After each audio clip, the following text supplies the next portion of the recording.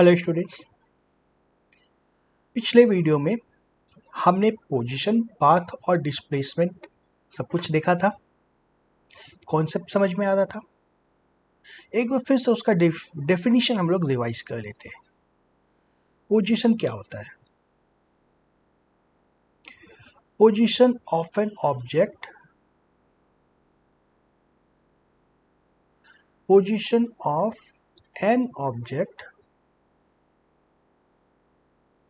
With respect to, कहीं से एक स्टार्टिंग पॉइंट से पोजीशन नाप रहे थे हम लोग, with respect to a reference point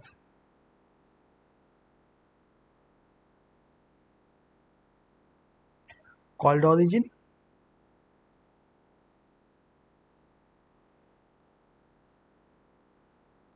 है ना। किसी एक पॉइंट पे, किसी एक पॉइंट से मेजर करना हम लोग स्टार्ट करते हैं। जैसे इस पे ये जो डायग्राम दिया हुआ है, इसमें हम लोग ओ से मेजर करना स्टार्ट कर रहे हैं। अगर ओ से मेजर करना क्यों स्टार्ट कर रहे हैं, ऐसा कोई पूछे तो इसका कोई सॉल्यूशन नहीं है। हमने ओ को ही ओरिजिन चुना है, ओ को ही ओरिजिन चुना है। क्यों चुना है इसकी कोई ये इस क्वेश्चन का कोई लॉजिक नहीं है। देयर इज नो वाई, क्यों चुना है नहीं, बस चुना है। हमें किसी एक पॉइंट से नापना था, किसी एक पॉइंट से नापना था, तो हमने ओ से नापना स्टार्ट किया। ठीक है। हमने पिछले वीडियो में ये भी बात की थी कि हम लोग स्ट्रेट लाइन में मोशन की बात कर रहे हैं, तो या तो राइट जा सकते हैं ओरिजिन से, या लेफ्ट जा सकते हैं इस सीधी लाइन पे, है ना। सीधी लाइन पे हम लोग या तो राइट जा सकते हैं या लेफ्ट जा सकते हैं। राइट जाएंगे तो पॉजिटिव में डिस्टेंस नापते हैं, लेफ्ट जाते हैं तो नेगेटिव में डिस्टेंस नापते हैं। कोई खास बात नहीं है, सब तो बहुत सीधी सीधी सी बात है, कुछ स्पेशल तो नहीं था इसमें। एक ओरिजिन को चूज करना है ना। एक ओरिजिन को चूज करना है, फिर उससे ऑब्जेक्ट का डिस्टेंस को मेजर करना है। जैसे जैसे टाइम के साथ ऑब्जेक्ट का पोजीशन बदलता जाता है, जैसे इस ग्राफ में एक बार ओ पे था ऑब्जेक्ट, फिर क्यू पे पी पे आया था कार, कार की बात कर रहे थे ना हम लोग।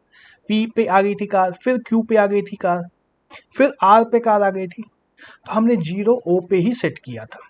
कार का ट्रिप मीटर बोल सकते हैं ओ को, इस पॉइंट को कार का ट्रिप मीटर, जहां पे जीरो सेट किया बोल सकते हैं। ठीक है, ये ओरिजिन का मतलब है।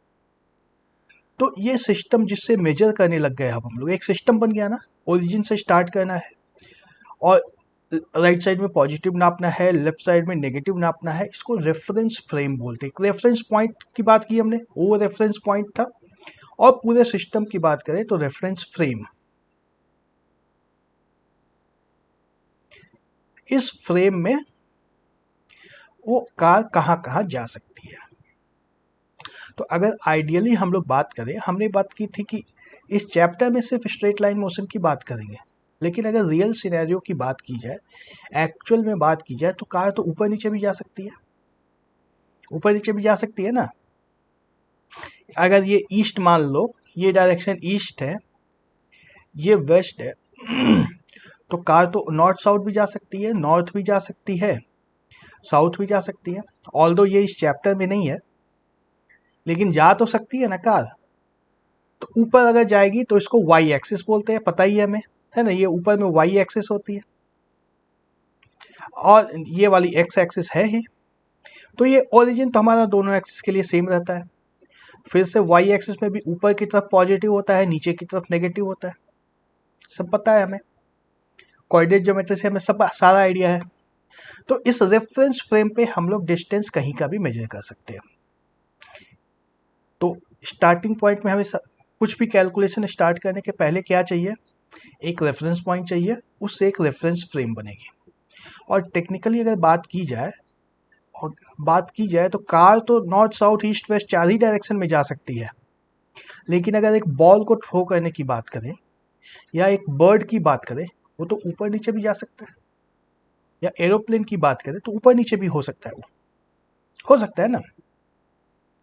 तो उसको कैसे दिखाते हैं हम लोग, मान लो नीचे की तरफ स्क्रीन के अंदर, ऊपर की तरफ स्क्रीन के बाहर। तो 3 डायमेंशनल रेफरेंस फ्रेम होता है, 3 डायमेंशनल। इसके अलावा तो कोई ऑप्शन नहीं है। रेफरेंस फ्रेम जब भी होती है 3 डायमेंशनल होती है।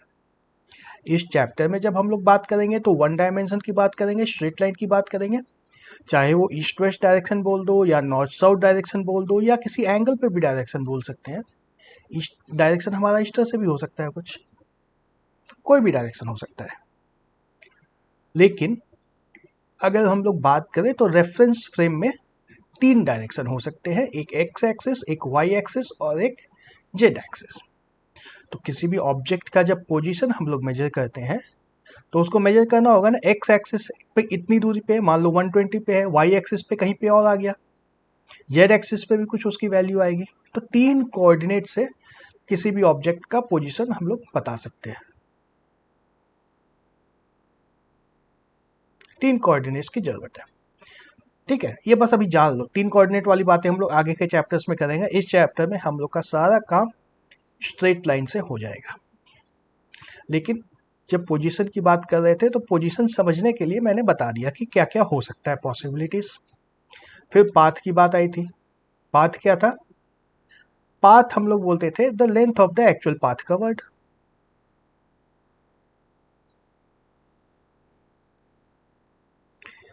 Path length is length of actual path covered.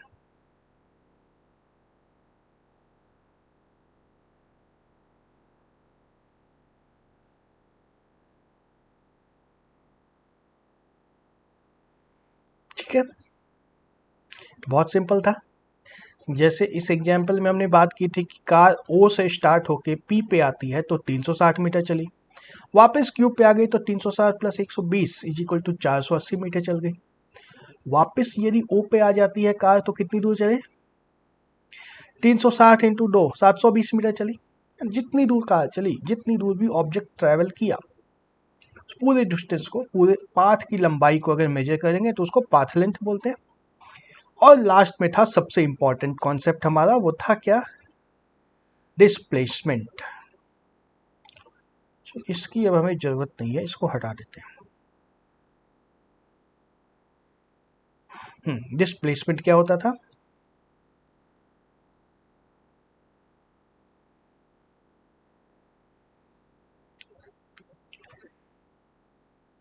Position of the object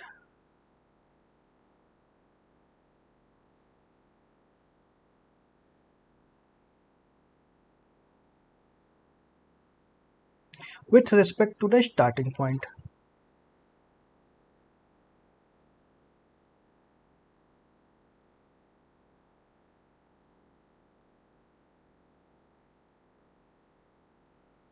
starting point बोलो या इनिशियल पॉइंट बोलो, position of the object with respect to the starting point. जैसे इस एग्जाम्पल में जो हमने बात की थी, ओ से पी की अगर बात करें हम लोग, इसमें डिस्प्लेसमेंट कितना था? पॉजिटिव 360 मीटर्स, है ना। ओ से पी सीधे लाइन में गई है, पॉजिटिव 360 मीटर। वहीं यदि ओ से क्यू की बात करें तो डिस्प्लेसमेंट कितना था? अब ओ से जब क्यू की हम लोग बात कर रहे हैं तो इस पी को भूल जाओ, हमें सिर्फ काम है ओ से और क्यू से। इस पॉइंट से हमें कोई काम नहीं है, हमें पता भी नहीं है कि वो पी पे गया भी था ऑब्जेक्ट या नहीं गया था। हमें सिर्फ इतना ही पता है कि पहले यहाँ पे था और अभी यहाँ पे है। तो डिस्प्लेसमेंट कितना हुआ? 240 मीटर ही होगा, है ना। डिस्प्लेसमेंट सिर्फ 240 मीटर हुआ। वहीं अगर पाथ की बात करते हैं इस केस में, तो पाथ कितना होता? पाथ लेंथ हमारे पास 480 मीटर हो जाता। पाथ लेंथ 480 मीटर था, लेकिन डिस्प्लेसमेंट बहुत कम हो गया। और वहीं अगर ओ से आर की बात कर दें, इस केस में डिस्प्लेसमेंट कितना होगा? देखो ओ से अब नेगेटिव में आ गया है, ओ से नेगेटिव में आ गया है, डिस्प्लेसमेंट -120 मीटर है। डिस्प्लेसमेंट हमारा नेगेटिव भी हो गया, लेकिन अगर पाथ लेंथ की बात करें फिर से, तो पाथ लेंथ कितना होगा? यहाँ से 360 गया, 360 वापस आया, 720 प्लस 120, 840 मीटर है। डिस्प्लेसमेंट समझ में आ रहा है? डिस्प्लेसमेंट में कहाँ कहाँ जाके वापस आए इससे कोई मतलब नहीं है। डिस्प्लेसमेंट से सिर्फ इससे मतलब है कहाँ से स्टार्ट किए थे कहाँ पे पहुंच गए। यदि कार चलते चलते ओ से यहाँ से घूम करके वापस अगर ओ पे आ जाती है, ओ से ओ तक आ जाती है, तो उस केस में डिस्प्लेसमेंट जीरो हो जाएगा। लेकिन पाथ लेंथ तो जीरो नहीं होगा, पाथ लेंथ तो जीरो हो नहीं सकता है। तो क्या चीज क्लियर निकल के आ रही है यहाँ से? क्या चीज निकल के आ रही है यहाँ पे? Displacement can be negative,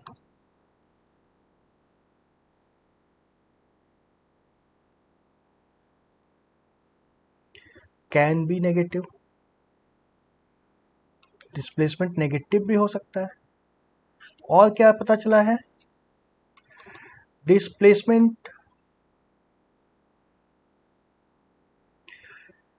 greater than हो सकता है या इक्वल टू हो सकता है, नहीं, पाथ लेंथ से कम हो सकता है या बराबर हो सकता है ना? देखो वापस आओ डायग्राम पे।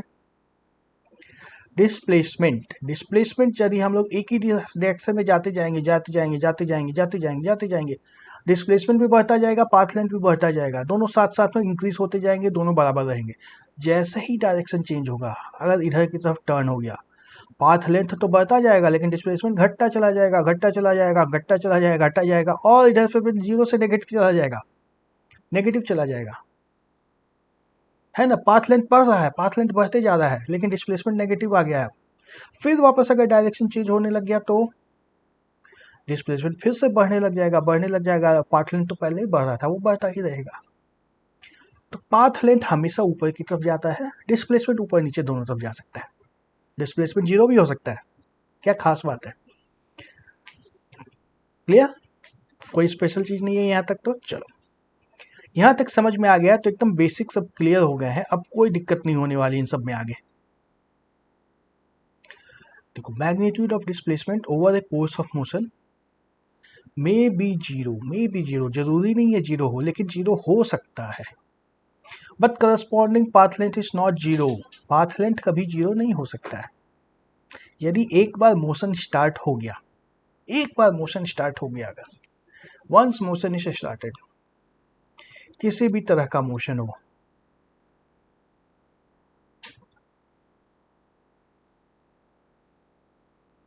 तो डिस्प्लेसमेंट जीरो हो सकता है। Displacement can be zero but path cannot be zero. Path length तो ग्रेटर देन जीरो ही होगा। Displacement can be negative also, displacement तो नेगेटिव भी हो सकता है, बट पाथ लेंथ के साथ ऐसा कोई भी कंडीशन लागू नहीं होता है। ठीक है? और if displacement is equal to path length,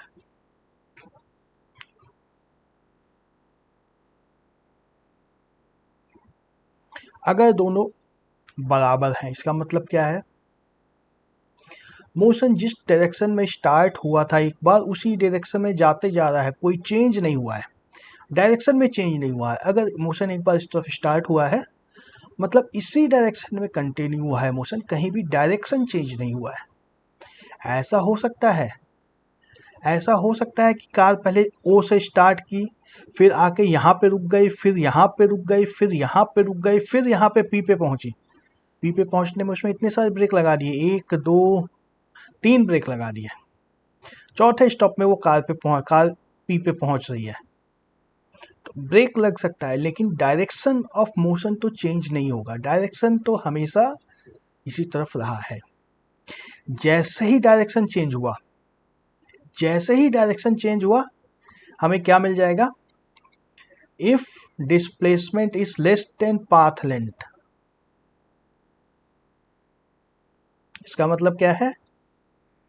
direction change हुआ है, कहीं ना कहीं डायरेक्शन चेंज हुआ है, बैक गियर कहीं ना कहीं लगा है, बैक गियर लगा है या यू टर्न लगा है। कॉन्सेप्ट समझ में आ रहा है? चलो ठीक है, तो अब आगे चलते हैं। तो हमने बात किया पोजीशन, है ना, अभी तक हमने बात की है पोजीशन और टाइम। क्या पोजीशन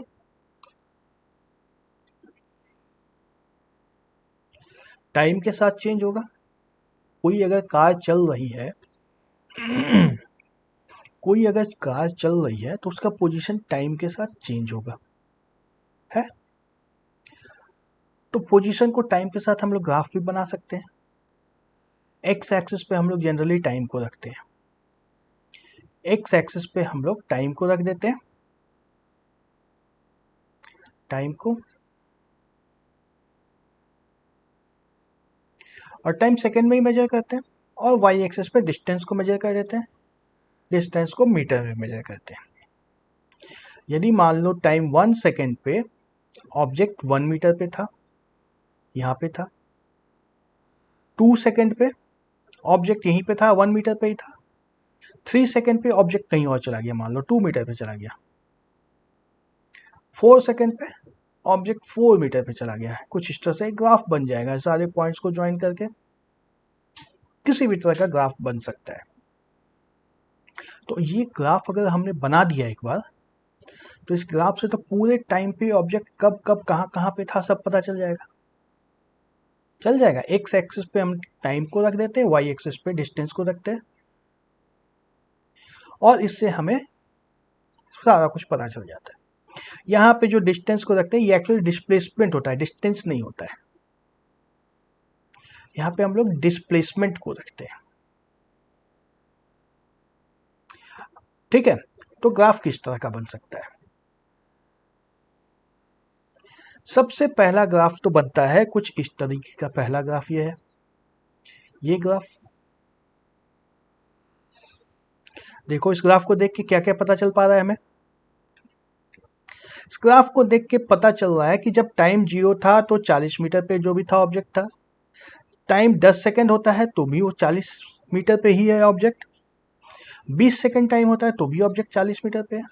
30 सेकेंड पे भी ऑब्जेक्ट 40 मीटर पे है। 40 सेकेंड पे भी 40 मीटर पे, 50 सेकेंड पे भी 50 मीटर पे, 60 सेकेंड पे भी 50 मीटर पे ही, 40 मीटर पे ही है, सॉरी।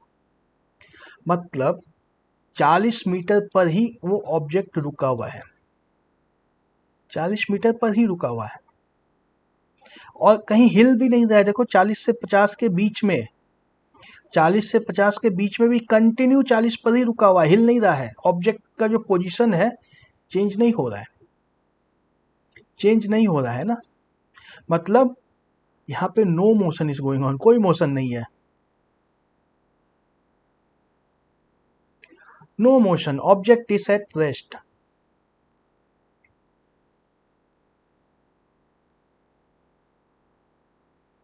दिख रहा है? ऑब्जेक्ट इज एट रेस्ट, रुका हुआ है। अभी गाड़ी चलनी स्टार्ट नहीं हुई है, ट्रेन स्टेशन पे इंतजार कर रही है खुलने का। पेन कहाँ गई? हाँ, तो जहां भी पोजीशन टाइम ग्राफ में स्ट्रेट लाइन दिखे, जहां भी पोजीशन टाइम ग्राफ में स्ट्रेट लाइन दिख जाए, पोजीशन टाइम ग्राफ जब भी बन रहा है, एक्स एक्सिस पे पोजीशन आता है, टाइम आता है, वाई एक्सिस पे पोजीशन आता है, और ये यदि स्ट्रेट लाइन इस तरह का ग्राफ हो, स्ट्रेट लाइन यदि हो, स्ट्रेट लाइन यदि इस ग्राफ में आ जाता है तो ऑब्जेक्ट इज एट रेस्ट।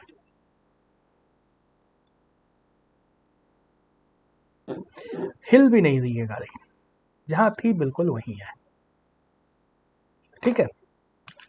दूसरा केस क्या होता है? कुछ इस तरह का ग्राफ बन सकता है। मान लो ये 1 सेकेंड पे पोजीशन 1 था, 2 सेकेंड पे पोजीशन 2 था,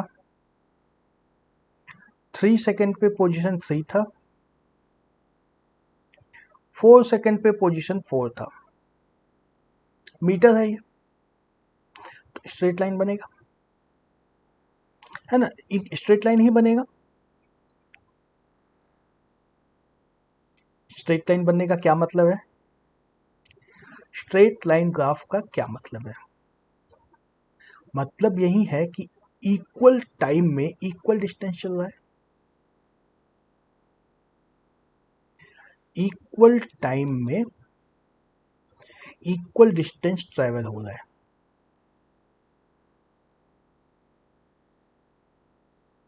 अगर इक्वल डिस्टेंस नहीं होता तो सीधा लाइन नहीं होता ना, कहीं पे बेंड वेंड आ जाता या कर्व बनाना पड़ जाता। तो इक्वल टाइम में इक्वल डिस्टेंस है, इसको हम लोग बोलते हैं uniform motion.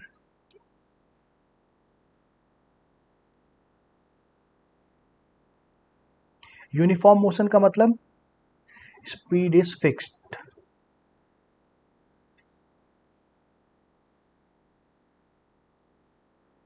Speed is fixed. तो जैसे ही पोजीशन टाइम ग्राफ में स्ट्रेट लाइन दिखेगा, देखो हम लोग सिर्फ और सिर्फ पोजीशन और टाइम ग्राफ की बात कर रहे हैं, और किसी चीज का ग्राफ नहीं प्लॉट करना है। आगे हम लोग बहुत चीजों के ग्राफ प्लॉट करेंगे, बट यदि पोजीशन टाइम ग्राफ में स्ट्रेट लाइन दिख रहा है और वो भी हॉरिजॉन्टल लाइन नहीं है, स्ट्रेट लाइन मतलब हॉरिजॉन्टल लाइन नहीं है, अगर कुछ टेढ़ी लाइन दिख रही है, इसका मतलब स्पीड फिक्स है, इक्वल टाइम इंटरवल में इक्वल डिस्टेंस ट्रेवल हो रहा है। ठीक है, डायरेक्शन इज ऑल्सो फिक्स्ड।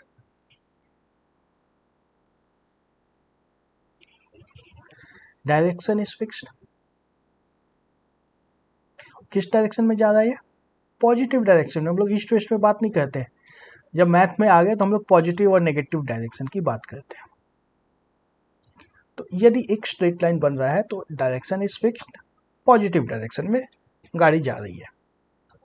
यदि नेगेटिव डायरेक्शन में जा रही हो तो सभी तो हो सकता है ना, नेगेटिव डायरेक्शन में गाड़ी जा रही हो, उसका पोजीशन टाइम ग्राफ बनाना हो तो कैसा बनेगा? स्पीड फिर से फिक्स रखेंगे हम लोग, स्पीड फिर से हम लोग फिक्स रखेंगे, लेकिन पोजीशन और टाइम का ग्राफ बनाना है जब गाड़ी नेगेटिव डायरेक्शन में जा रही हो।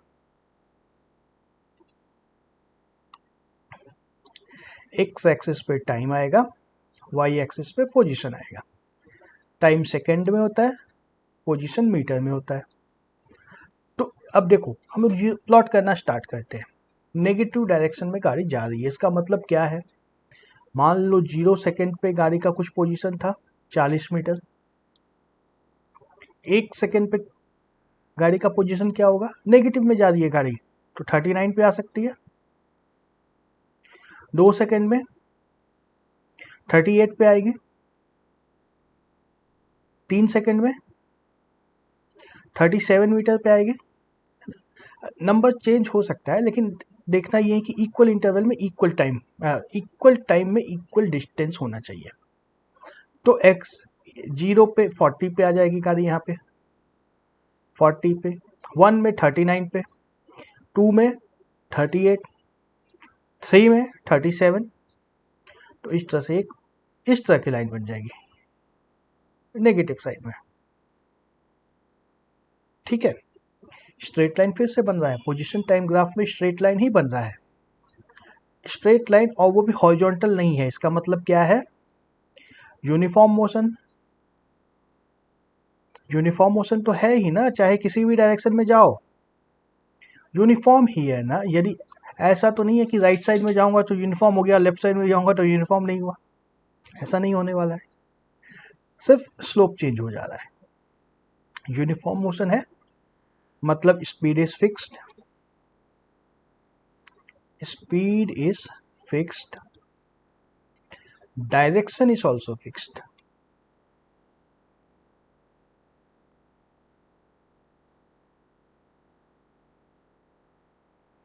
ठीक है, स्पीड भी फिक्स है, डायरेक्शन भी फिक्स है।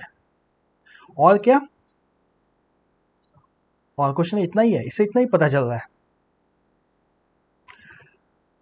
और किसी तरह का ग्राफ बन सकता है पोजीशन टाइम ग्राफ? यदि यदि मान लो हमारा ऑब्जेक्ट जो था एक, कहाँ गया ग्राफ? ये ग्राफ,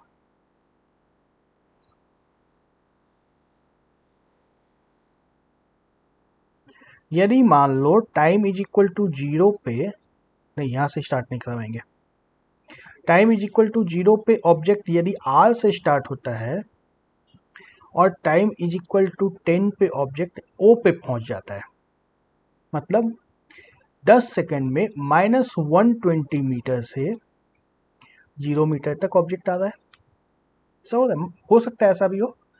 आर से ऑब्जेक्ट स्टार्ट होता है और ओ तक पहुंचता है। आर पे टाइम 0 सेट करते हैं हम लोग, ओ पे जब आता है तो टाइम 10 सेकंड होता है। तो क्या हुआ, टाइम जब 0 था तो डिस्टेंस हमारे पास क्या था, -120 मीटर। तो 0 पे डिस्टेंस क्या होना है, -120। 0 पे यहाँ पे आ जाएगा -120 पे, -120 मीटर। और 10 सेकंड पे जब आते थे हम लोग, 10 सेकंड पे क्या हो रहा था, कहाँ गया प्रीवियस, 10 सेकंड पे 0 पे आ जा रहा है ना। 10 सेकंड के बाद ऑब्जेक्ट 0 पे पहुंच जा रही है। 10 सेकंड में ऑब्जेक्ट यहाँ पे पहुंच जा रही है। तो इसमें कैसा ग्राफ बनेगा, इस तरह का।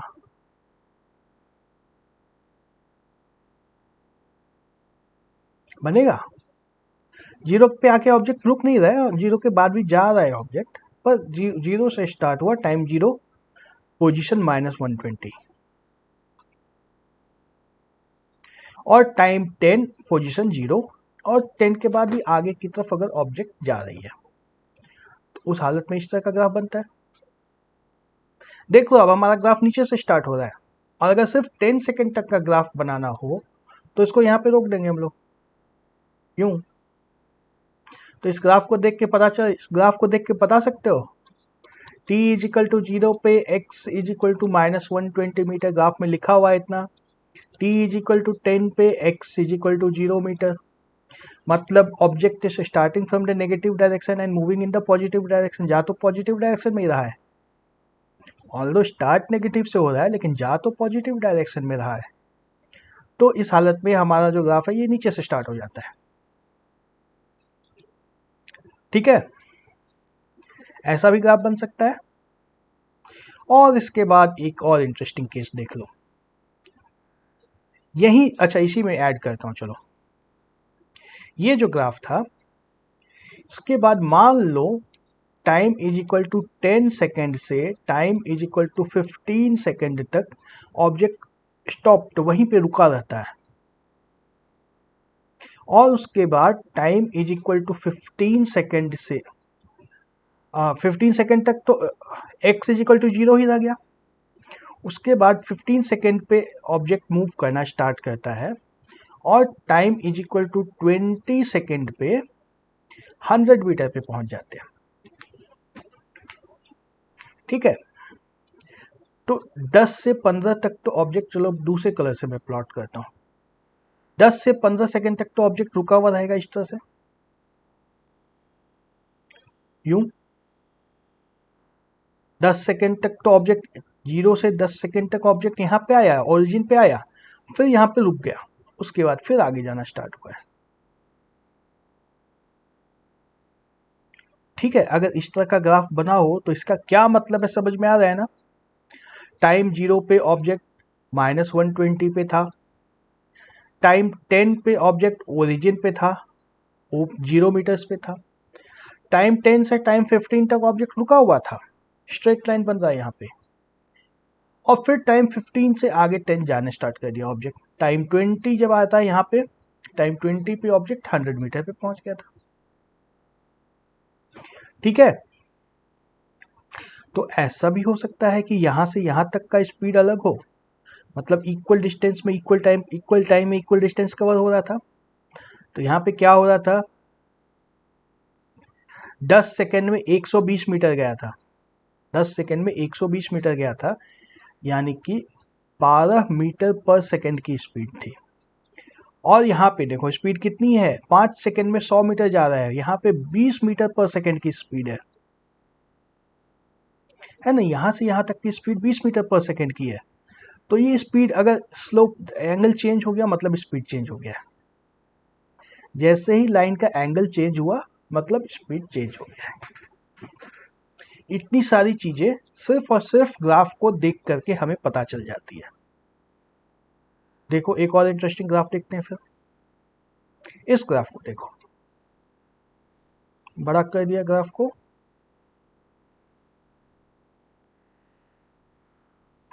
थोड़ा छोटा करना होगा। हाँ, दिख रहा है ना, इस पे क्या क्या दिख रहा है?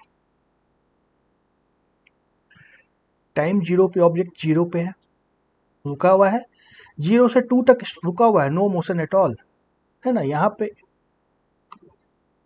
ऑब्जेक्ट रुका हुआ है, नो मोशन, स्टॉप, इस पोर्शन में स्टॉप। फिर 2 से 4 तक देखो हल्का सा स्टार्ट हुआ है, गाड़ी थोड़ी थोड़ी चलनी स्टार्ट हुई है, कहीं नहीं जा रही है, एकदम देखो डिस्टेंस बहुत कम हुआ है, वेरी स्लो, वेरी स्लो।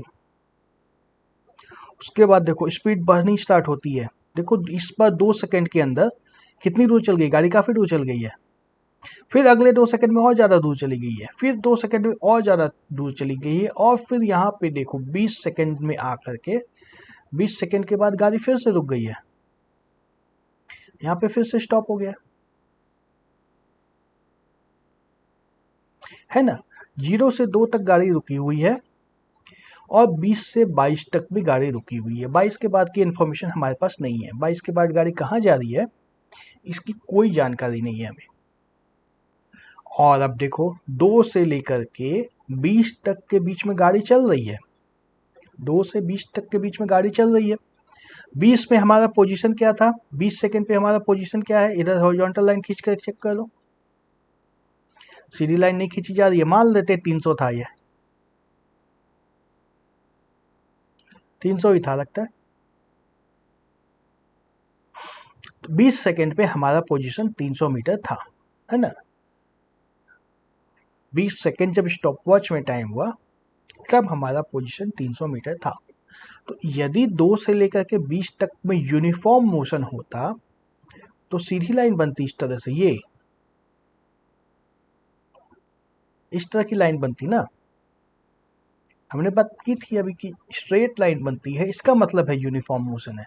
लेकिन यहाँ पे तो स्ट्रेट लाइन बन नहीं रही है, स्ट्रेट लाइन नहीं बन रही है, मतलब क्या है, स्पीड इज चेंजिंग,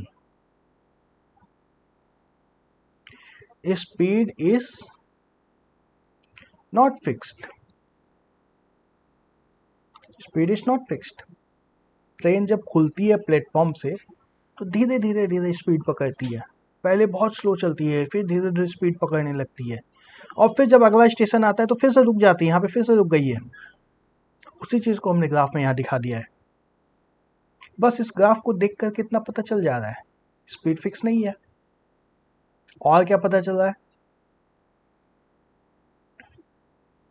देखो इस 2 सेकंड में जितनी दूर चली है गाड़ी, उससे ज़्यादा दूर इस 2 सेकंड में चली है, उससे ज़्यादा दूर इस 2 सेकंड में चली है, उसके बाद थोड़ी दूर तक लगता है जैसे स्ट्रेट लाइन के जैसा था, यहाँ पे नहीं है, स्ट्रेट लाइन जैसा नहीं है। तो यहाँ स्पीड बढ़ रही है ना, स्पीड बढ़ रही है इस पोजीशन में, दिख रहा है ना, स्पीड बढ़ रही है, 2 सेकंड में और ज़्यादा दूर चल रही है गाड़ी। और यहाँ के बाद से देखो, यहाँ के बाद से डिस्टेंस बढ़ना कम हो गया है, डिस्टेंस बढ़ना कम हो गया, डिस्टेंस अब धीरे धीरे बढ़ रहा है, मतलब ब्रेक लगना स्टार्ट हो गया यहाँ पे, है ना। एग्जैक्ट यहाँ पे कोई जरूरी नहीं है, बट इस पोर्शन में कहीं पे ब्रेक लगना स्टार्ट हो गया यहाँ पे ब्रेक लगना स्टार्ट हो गया, और फुल स्टॉप तो हो गई है 20 सेकंड पे। इस ग्राफ में पता चल रहा है इतना कुछ। तो एक ग्राफ को देख करके कितनी सारी जानकारी मिल जाती है, बहुत सारी जानकारी मिल जा रही है एक ही ग्राफ को देख करके। तो ग्राफ बहुत इंपॉर्टेंट होता है, ग्राफ से, एक छोटे से ग्राफ को देख करके बहुत सारी चीजें उसके बारे में पता चल सकती है। ब्रेक कहाँ पे लग रहा है, रेस कहाँ पे दिया जा रहा है, सिर्फ पोजीशन टाइम ग्राफ को देख करके बताया जा सकता है। स्पीड भी निकाल सकते हैं, यूनिफॉर्म मोशन है या नहीं है ये भी बता सकते हैं। यूनिफॉर्म मोशन का मतलब अब 2 चीज़ होता है, स्पीड भी फिक्स है और डायरेक्शन भी फिक्स है। यूनिफॉर्म मोशन का मतलब है स्पीड भी फिक्स है और डायरेक्शन भी फिक्स है। चलो एक और ग्राफ मैं बनाता हूँ, इसमें बताना कहाँ कहाँ पे क्या क्या हो रहा है, रेड से नहीं बनाते हैं। चलो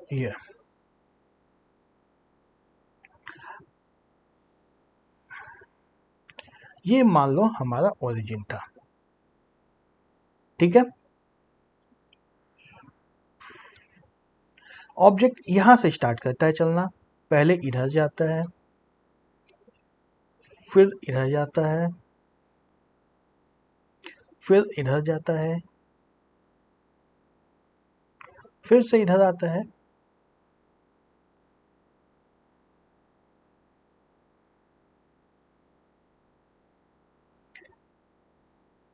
ये। चलो पॉइंट्स का नाम दे देता हूं मैं, ये पॉइंट ए है हमारे पास, बी है हमारे पास, ये सी, ये डी, ई, एफ, जी, एच। एक्चुअल मोशन तो कुछ इसी तरह का होगा ना, कोई ऐसा तो नहीं होता है कि एक बार जस्ट जाना स्टार्ट कर दिया चलते चले गए।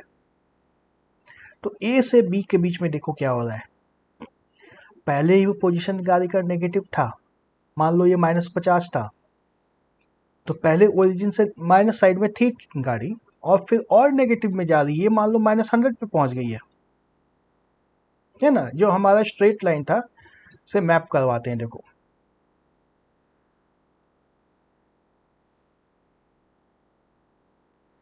ये मान लो हमारा ओरिजिन है।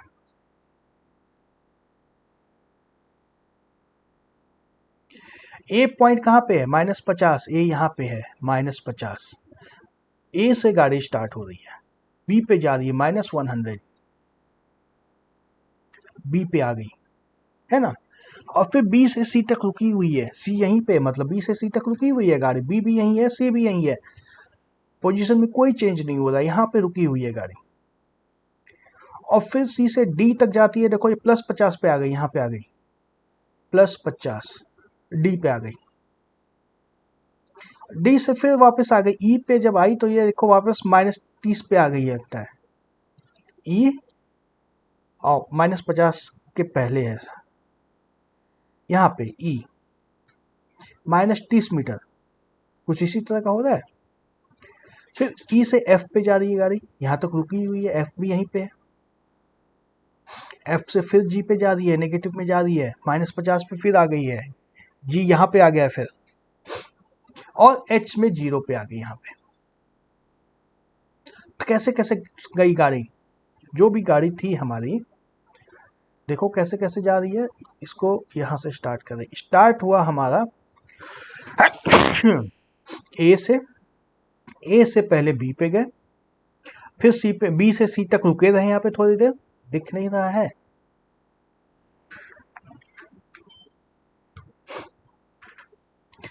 थोड़ा सा ऊपर में करता हूँ यहाँ से, ए से पहले बी पे आती है, फिर बी पे यहाँ रुकी रहती है बी से सी तक, फिर सी से डी तक जा रही है गाड़ी, ये सी से लेकर के डी तक जा रही है यहाँ, फिर डी से ई तक आ रही है, ई कहाँ है, ई यहाँ है, डी से लेकर के ई तक आ रही है गाड़ी यहाँ वापस, और ई से एफ तक फिर यहाँ रुकी है थोड़ी देर के लिए गाड़ी, एफ से जी जा रही है फिर यहाँ तक, और फिर जी से एच तक जा रही है यहाँ। कैसे कैसे चल रहा है, गाड़ी चल रही है इतनी ही दूर के बीच में, लेकिन ग्राफ उसका इस तरह से बन रहा है। तो ग्राफ को देख करके इतनी सारी जानकारी हम लोग निकाल सकते हैं।